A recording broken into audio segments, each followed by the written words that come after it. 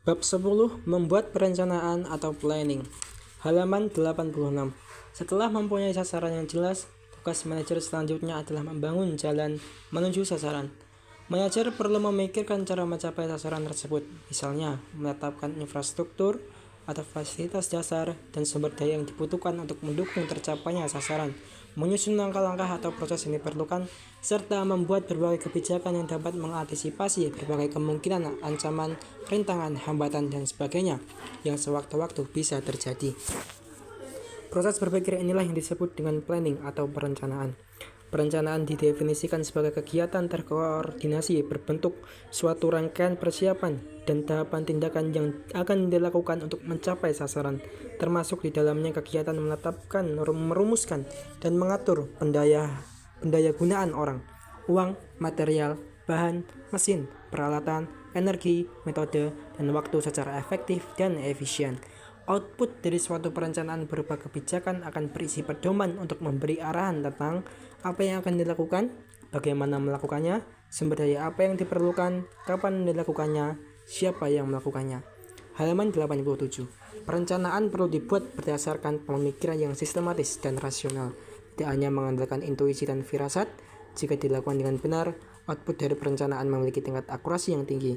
Adapun jika mengandalkan intuisi dan firasat, hasilnya sering tidak bisa ditebak karena lebih banyak mengharapkan keberuntungan.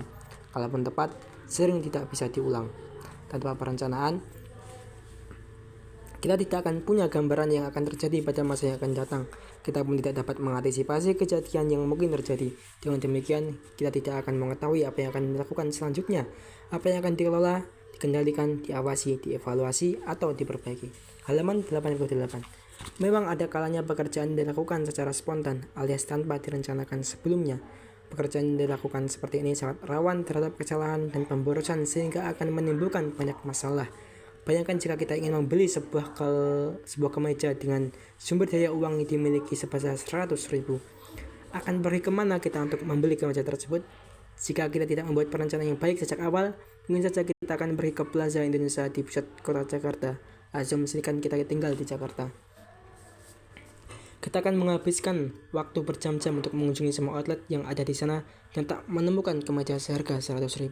Setelah sekian lama mengelilingi pusat perbelanjaan tersebut, kita mulai kehausan sehingga terpaksa membeli air mineral seharga 5.000. Ini berarti mengurangi uang yang dianggarkan untuk membeli baju. Saat itu, kita mulai berpikir untuk mencari kemeja di pusat perbelanjaan lainnya. Kemudian kita memutuskan pergi ke pusat perbelanjaan Tamrin City yang berlokasi tidak jauh dari Plaza Indonesia. Keluar dari Plaza Indonesia harus membayar parkir pula sebesar 10.000, sehingga uang kita berkurang lagi. Sampai di Tamrin City, ternyata kita menemukan banyak sekali kemeja dengan harga di bawah 100.000. Halaman 89. Jika dari awal kita sudah merencanakan pergi ke Tamrin City, tentu kita tidak perlu menghabiskan banyak waktu untuk berkeliling mencari kemeja yang tak mungkin didapatkan di sana. Kita juga tak perlu mengeluarkan uang untuk membeli air minum dan membayar parkir. Itulah contoh perencanaan yang buruk. Perencanaannya tidak efektif dan efisien karena telah menimbulkan pemborosan, menyebabkan rugi waktu dan biaya. Perencanaan yang baik adalah jika sejak awal kita menetapkan pergi ke Tamrin City, bukan ke Plaza Indonesia. Oleh karena itu, pengetahuan terhadap berbagai pusat perbelanjaan di Jakarta berikut: segmentasi pasar, memeriksa kecocokan barang-barang yang dijual atau informasi produk dan harga jualnya atau kesesuaian budget sangat diperlukan sebelum membuat perencanaan. Halaman 90. Dengan perencanaan, semua pekerjaan yang serabutan dapat ditata sedemikian rupa. Pekerjaan manapun menjadi jelas dan mudah dilakukan. Pada akhirnya, perencanaan berfungsi sebagai petunjuk arah yang tepat untuk menuntun kita berjalan menuju sasaran.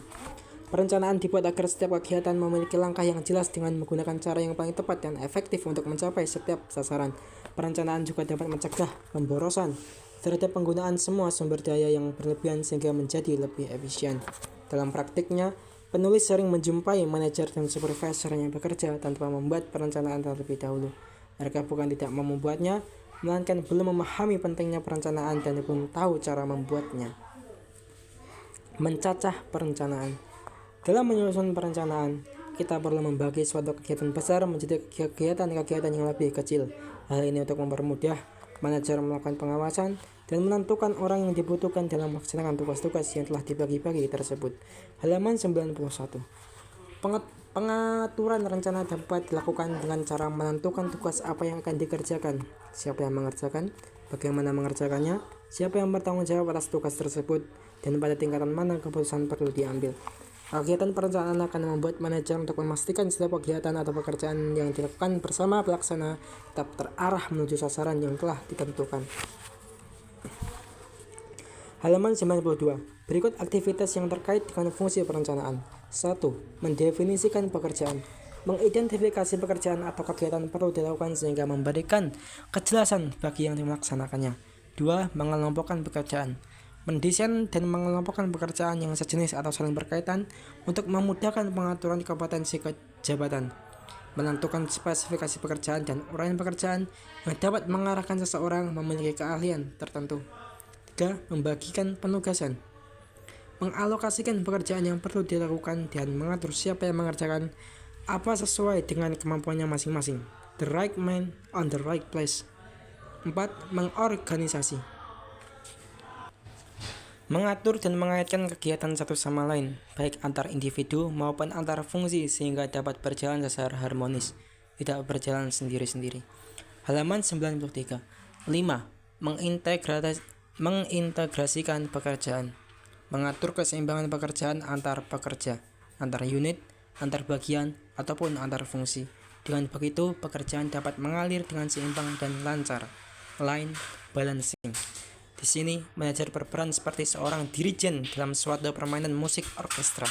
Keharmonisan dan keterpaduan seluruh pemain berada dalam kontrol dan kendali sang dirijen.